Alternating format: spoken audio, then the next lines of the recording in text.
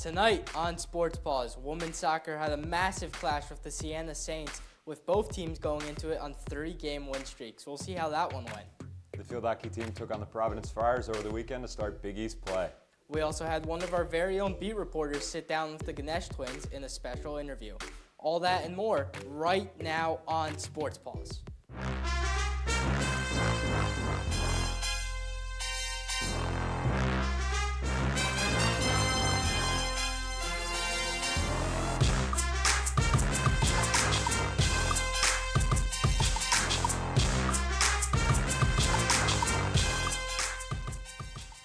Welcome to another edition of Sports Paws. My name is Seb Lopes. And I'm Brady Mullen. We've got a great show for you tonight. And we'll be starting tonight's show off on the ice. The first USCHO men's ice hockey poll was released today. Denver, the reigning national champs, sit in the number 1 spot with 42 first-place votes. At number 2 is Boston College with 6 first-place votes. They took down the Bobcats 5-4 in the NCAA regional finals in overtime last year. BU, Michigan State, and North Dakota round out the top 5 of the poll. Quinnipiac sits all the way down in 8th place, receiving no first-place votes. It's the lowest place the Bobcats have received in the preseason poll since 2021, when the team began the year ranked 9th. Interestingly, ECAC foe Cornell got 2 first-place votes despite finishing in 9th. Last season, Morgan Kupo suffered a season-ending leg injury. Q30's Connor Core had... It was such a normal day, and then your life changes in a matter of seconds. Sobbing on the sideline, crying, only one crying. For Quinnipiac's Morgan Kupo, it's a day that she will never forget. And I didn't really come to terms with it for a little bit. A broken foot and a sophomore season gone, Kupo didn't even know what was going on until it was too late. I was just sitting there, and I was like, why is everyone running away from me? And then I looked at my foot, and I was like, okay, it's sideways. I guess people don't want to see that. Andrews is Kupo's roommate and was worrying about everything except one thing, the game. Obviously something's not right. She's got to go to the hospital, so I was freaking out. And then I had to go in for her, which was something I wasn't expecting right away. The next week was an adjustment, relearning how to do all of the basic functions that you previously took for granted. But after that, it was nice because I had so many distractions. I was coming back to school. I was able to do upper body lifts and be with the team and go to games. I had to help her with everything. I had to help her change, shower, get in and out of bed. A lot of things that you wouldn't think would be so hard, but just physically she couldn't do it. So I was there for her a lot of the time, being her roommate, but also just being a good friend of hers, helping her get to class, get food, all the little things that were really hard for her. That offseason, Kupo had to remind herself of what the long-term goal was for her, getting back on the field. And it wasn't really the spring, but it was the fall, and it's October and November when the games, everything really matters, and we're trying to get into playoffs and we're trying to get to the NCAA tournament. So all that is really what I was looking forward to. And it's easy for someone to feel sorry for Kupo and her situation, rightfully so, but that's the last thing that she wanted.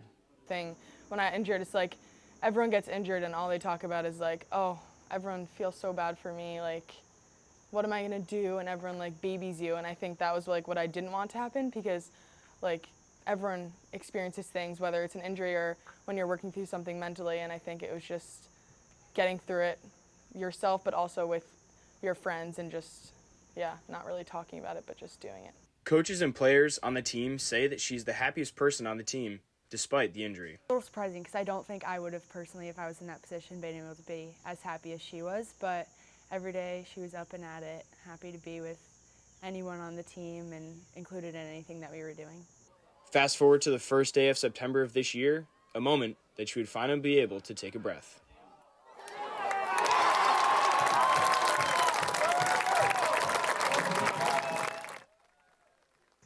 Pretty much showed me to keep going, and that everything I was doing was worth it, and all the struggles that I went through, you're able to come out of it and to be better than you were before. She definitely deserved it. She earned it. All the hard work she's done the past year to get back to where she is today. I was just very happy for her. I think she deserved it more than anything. Over the weekend, women's soccer took on Siena, looking for their second MAC win of the season. Quinnipiac Bobcats hosting the Siena Saints. Both teams coming off a 3-game win streak, with Siena scoring 13 in their last 3, while the Bobcats have shutouts in their last 3. First half, corner kick from Rachel Roman. She'll send it on in. Madison Alves levitates and gets ahead on it, but won't find the back of the net. Siena will eventually clear it. Later in the half, Courtney Chokol with a corner kick. Morgan Kupo with the header. Can't get it in. Bobcats remain 0-0. Same half, Siena fires the shots. Bobcats don't fear. Superwoman Sophia is here as Los Pinoso keeps it tied at zeros. On to the second, Milena Branco takes a wide open shot, but it's headed away by defender Anna Swires. Very next play off the corner, Alves spikes it off the dome with authority. Does she get the goal? Alves thinks so. Refs don't know. Yes. After discussion, the refs confirm the goal. Bobcats crack the goose egg, taking a 1-0 lead in the 49th. Last chances for Siena. Micaiah Kroos from beyond the box. Once again, Los Pinoso laying out for the save. Quinnipiac takes down Siena in a 1-0 win. Los Pinoso and the Bobcats with their 4th straight shutout win. Quinnipiac heads to St. Peter's on Saturday. Quinnipiac's second conference win pushed them up to 3rd in the MAC standings at 4-2-1 overall. The Stags still sit in first place with 8 wins on the season after they beat Niagara this weekend. Canisius sits in 3rd after a victory over St. Peter's, and rounding out the top 5 are Siena and Marist respectively. The Bobcats will look to gain even more ground on their road trip to beautiful New Jersey next week, where they'll take on St. Peter's and Ryder. 2 winnable games for the defending champs to possibly gain even more ground in conference play. On the field hockey turf, after putting on a show against Merrimack last week, first-year defender Francisca Escoyas was named Big East Freshman of the Week. Escoyas scored 4 goals and had 1 assist, tying a program record. She leads the team in points with 15, goals with 7, shots on goal with 19, and minutes with 489. Escoyas is the first Bobcat to win the award since Cristina Torres in November 1st, 2022. The Bobcats got their conference slate started on Friday, looking to capitalize off last week's big win. The Providence Friars take the trip into Hamden, Connecticut to take on the Quinnipiac Bobcats. This one's significant for Quinnipiac as it will open their biggest East play on the season. Going straight into the first quarter, it's a pass up to the top that Lucia Donati rips wide left. Now another pass up to the top. This time it's Katie Shanahan, but this one gets blocked and it goes wide left as well. Still a 0-0 game. In the second quarter, it's Francisca Escoyas dangling around, puts one into the back of the net, but it's an illegal shot and therefore it doesn't count. It's still 0-0. Now Cristina Torres of the Bobcats with a massive save. Huge, beautiful save to keep it 0-0. Third quarter kicks off. You're not going to see the goal, but Providence takes a 1-0 lead thanks to Bo Martina. Going into the fourth quarter, it's Providence momentum yet again as another beautiful shot into the back of the net, this time from Macy Panisi. This would mean that Providence goes on to take the game 2-0, also meaning the Bobcats drop their Big East opener. The team dedicated their game versus Providence to Morgan's message. Q30's Patrick Walsh has the story. On Friday, the Quinnipiac field hockey team lost to the Providence Friars 2-0 in their first Big East game. This game was also a dedication to the Morgan's Message Foundation. This foundation is special to the Bobcats for this reason. So I'm a huge proponent for athlete mental health and advocacy, and I think it's really important that we make that known to our athletes. In the locker room, we had everyone put a number 9 on their stick for Morgan in her memory, because that was her number when she was playing at Duke. Morgan Rogers was an All-American women's lacrosse player from Virginia who was recruited to Duke. Morgan played 1 game in her freshman year before suffering a major knee injury just before her sophomore season. The intensive rehab took a toll on Morgan and her mental health.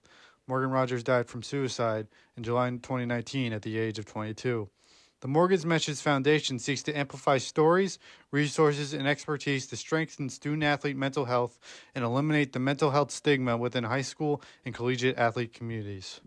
I think just putting that at the forefront and recognizing, it is really important that we support our athletes, on and off the field, especially when it comes to mental health. So that's kind of what we did physically today, and then obviously we just wanted to, honor her and play in her legacy today. The Bobcats will look to bounce back on Sunday against UMass. Reporting for Q30 Sports, this is Patrick Walsh. The Bobcats then hit the road for another non-conference match against UMass on Sunday. Q30's Christina Saminis has the recap. Thanks, guys. On Sunday, the Quinnipiac fields hockey team faced off against UMass Amherst. The Bobcats lost the game 4-0. UMass had a total of 31 shots, while the Bobcats only had 5. In addition, Quinnipiac was not awarded any penalty corners, while UMass had 13 penalty corner chances. This was the field hockey team's second straight scoreless game. The Bobcats continue their away game stretch this week against Villanova on Friday and Yale on Sunday. Reporting for Q30 Sports, I'm Christina Tsimenis. We've got to take a breather here on Sports Paws, but when we come back, volleyball stars Damala and Yamir Ganesh sat down for an exclusive Sports Paws interview with beat reporter Ashley Potvin. And the rugby team took on Navy on the road, still looking for their first win of the season. Could the Bobcats sink the midshipmen? We'll find out when we get back after this.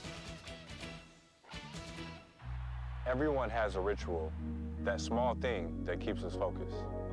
A habit we never skip to clear our minds and elevate our performance. But what do you do to keep your head in the game, to drown out the self-doubt and support your mental health? Because being your best isn't just about taking care of your body. It's about taking care of your mind and mental health. Discover the resources you need to keep your mind focused and your mental health a priority. I'm an ex-drug dealer, and I'll be your sub today.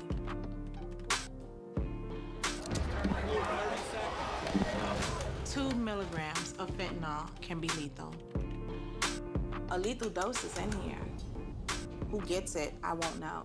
It's cheap, it's potent, and it's profitable. The sad reality is fentanyl is being mixed into everything now. More kids should know. As a dad, every day is a challenge. To make sure that the time that I spend with them, it doesn't matter how tired you are, you have to try to teach them. When they learn something new and you can just see in their faces, it's such an incredible moment. It's those moments that are my favorite.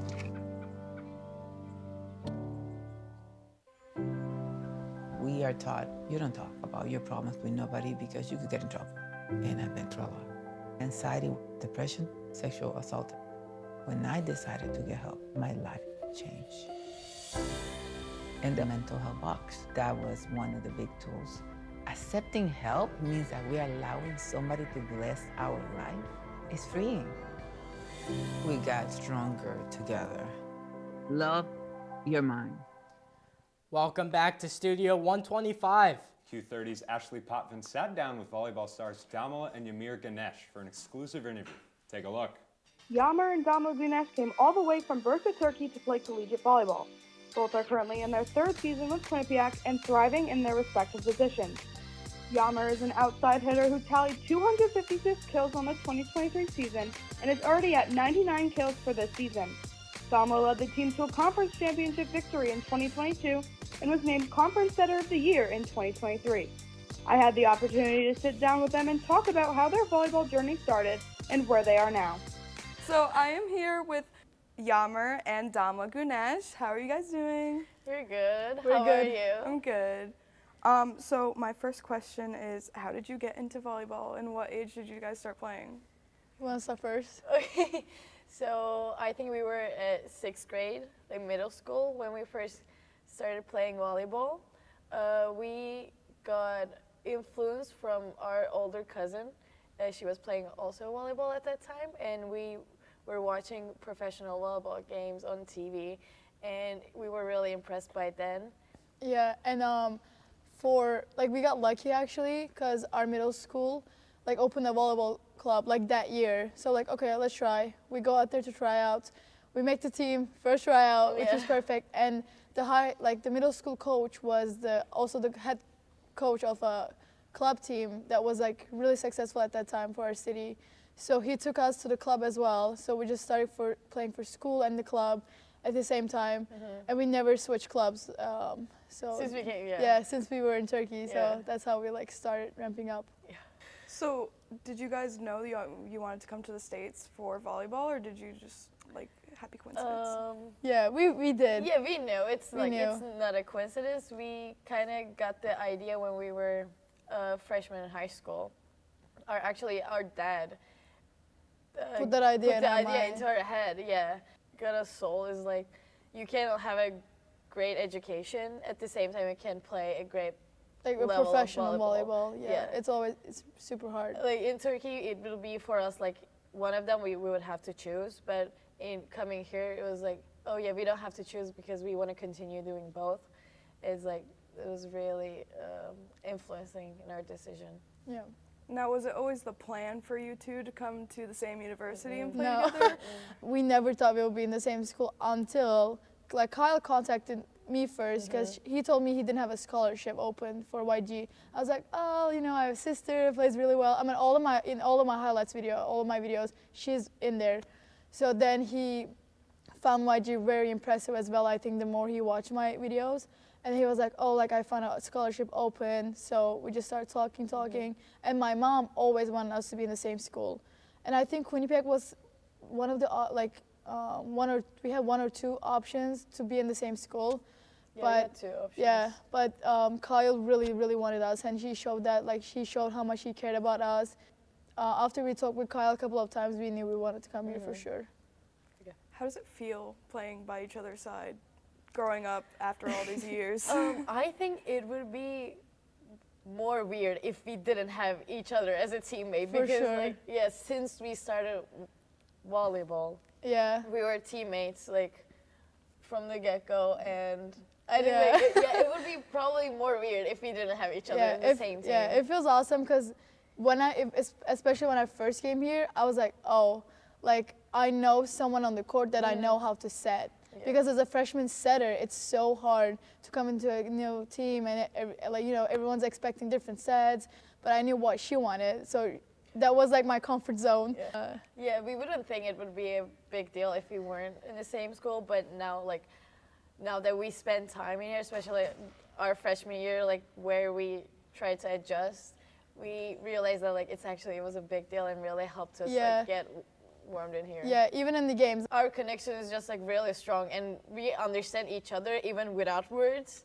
So I think like it's very comfortable to have someone that I've been playing for years and years and have a really good connection with. Thank you. Yeah. Now looking forward, what are you excited to do this season? I mean, our parents are coming for the MAC championship, so I'm excited to win, like, while they're here. Yes. For sure. Same. And they even booked their flights later so they could come to NCAA when we win. I'm really looking forward to that. Yeah, obviously looking forward to win the regular season, win the MAC championship, and then everything. Hopefully win a personal award on the MAC tournament this year. Yeah. Hopefully. And it's not like, we always say like it's the outcomes and everything, but it's not even like the outcome. It's just like we come here every day, we keep pushing our bodies, our minds. When you get rewarded for that hard work, it's like unexplainable. Well, thank you for taking the time to speak with me today. I know we're all so excited to see what you guys can do throughout the season. They will start conference play this week. On Saturday, they will take on Ryder, and on Sunday, St. Peter's. This weekend, the team played a 2-game tournament at Dartmouth. Q30's Anthony Rossi has the recap on the team's performance in the home of the Big Green. Thanks, guys. The Quinnipiac volleyball team came up empty-handed in the Dartmouth Invitational as they went 0-2 on the weekend. They took on the Dartmouth Big Green, the hosts of this tournament in Hanover, New Hampshire, and the Providence Friars, who made the trip all the way up from Providence, Rhode Island. Starting in the first game, the Bobcats had no luck as they lost in 5 sets to the Dartmouth Big Green. The Bobcats ended up taking the first 2 sets from Dartmouth, but Dartmouth ended up coming back and taking the last 3 sets. Kill leaders for the Bobcats, Yamir Ganesh with 19, Elena Giacomini with 15. Damla Ganesh did get the start in setter, having 35 assists, and then Favai Kimso-Moy led the way in digs with 19. As for the Providence game, the Bobcats had the same exact story, losing in 5 sets. They got off to a hot start, winning the first set, but Providence ended up taking the middle 2 sets with set 2 and 3. The Bobcats took set 4, and the Friars finished it off with a 15-6 win in set 5. The Bobcats were led by Elena Giacomini, who had 24 kills in the day. Yamir Ganesh had 15. Damal Ganesh got the start in setter, having 46 assists on the day, which is one of her career highs this season. And both Yamir Ganesh and Elena Giacomini both had 11 digs on the day, securing the double-double for the both of them. The Bobcats now look forward to starting MAC play here at Quinnipiac as they take on Ryder and St. Peter's this coming weekend. Reporting for Q30 Sports, I'm Anthony Rossi. Back to you guys at the desk.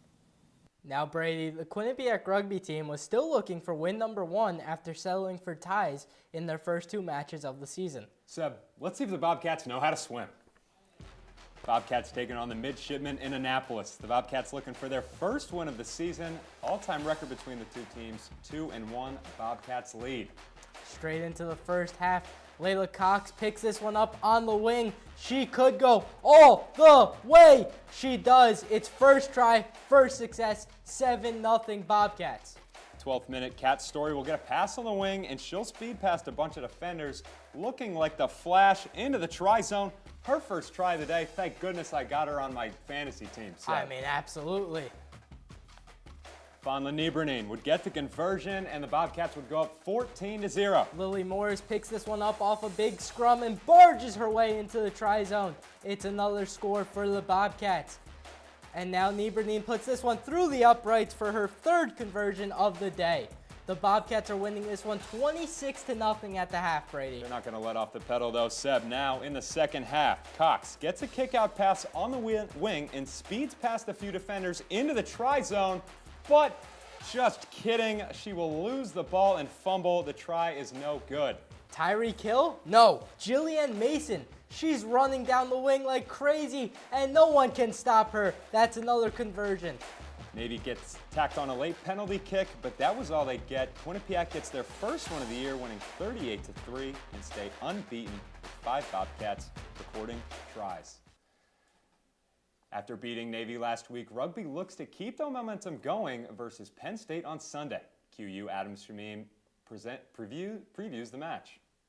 The Quinnipiac Bobcats defeated the Navy Midshipmen to pick up their first win of their rugby season after back-to-back draws against Brown and Harvard. The Bobcats will be back in action at home in Hamden at the Quinnipiac Rugby Field this Sunday at 11 a.m. The Bobcats have had 5 total meetings against the Penn State Nittany Lions, with their last win coming in September of 2019. The Bobcats have 3 wins overall against Penn State. The Bobcats will have 5 straight weeks of home games in the future. For Q30 Sports, I'm Adam Shamim. Now, Brady, I personally couldn't be any more excited. Hockey season is just around the corner here at Quinnipiac. When we come back, we'll recap the women's ice hockey team's first preseason game of the season against the UConn Huskies. That's exciting, but we haven't even gotten to the best part of the night, this week's top 5 plays. Sports Paws will be right back after this short break.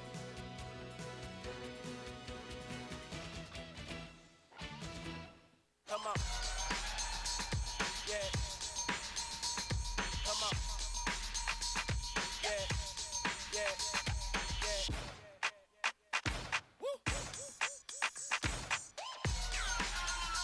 You're not going to get it all right. Just make sure you nail the big stuff, like making sure your kids are in the right seat for their age and size. Get it right at nhtsa.gov/the-right-seat.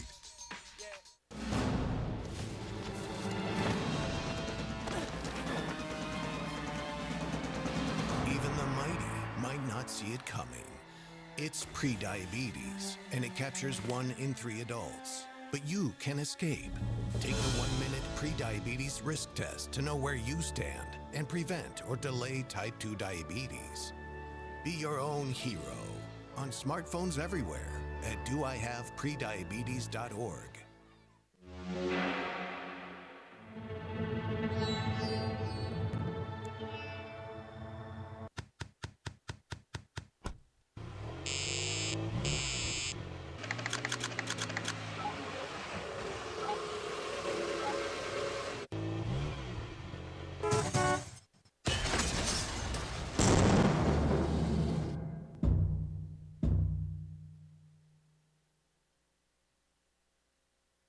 I debate all day. It's what I do. But there are some things that are undebatable, like your mental health. I was in a dark place when my brother passed away in a car accident. I was depressed in ways I never imagined. I reached out, and my sisters came, my pastor, my therapist. They helped me get through it. I found that the more I spoke up, the healthier my mind became. When you love your mind, you can go so much further. Find mental health resources at loveyourmindtoday.org. And thanks for sticking with us. On Wednesday, Bobcats cross-country runner Rachel St. Germain was named MAC Runner of the Week for her performance in the Manhattan Jasper Invitational on September 14th. St. Germain ran the 6K with a time of 20 minutes and 53 seconds, finishing in third.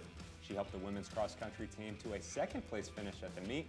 The Bobcats' next meet is on October 6th at the Paws Invitational, hosted by Lehigh University. The number 10 women's ice hockey team kicked off their season with an exhibition match in Stores against the Yukon Huskies on Saturday, dropping the game 2-1 in overtime. New goaltender Kaylee Doyle played 40 minutes of one-goal hockey, recording 18 saves. Junior forward Emerson Jarvis netted the Bobcats' only goal, tapping one in off a pass from former Husky Catherine Stockdale. Yukon senior Ava Rinker slotted home the winner for the Huskies. The Bobcats open up their regular season against Maine on September 27th. Former Quinnipiac men's ice hockey star CJ McGee re-signed with the ECHL Savannah Ghost Pirates. McGee joined the Ghost Pirates last year after 5 seasons with Quinnipiac. The 25-year-old defenseman scored 8 goals and recorded 17 assists as a Bobcat, and was an important member of the 2023 National Championship team. He recorded a point in the NCAA Regionals that year against Merrimack. The women's golf team teed off the first day of the Red Bandana Invitational hosted by Boston College this morning. Quinnipiac kept its winning ways even without Leanne Peralta, finishing in second after the first day of play.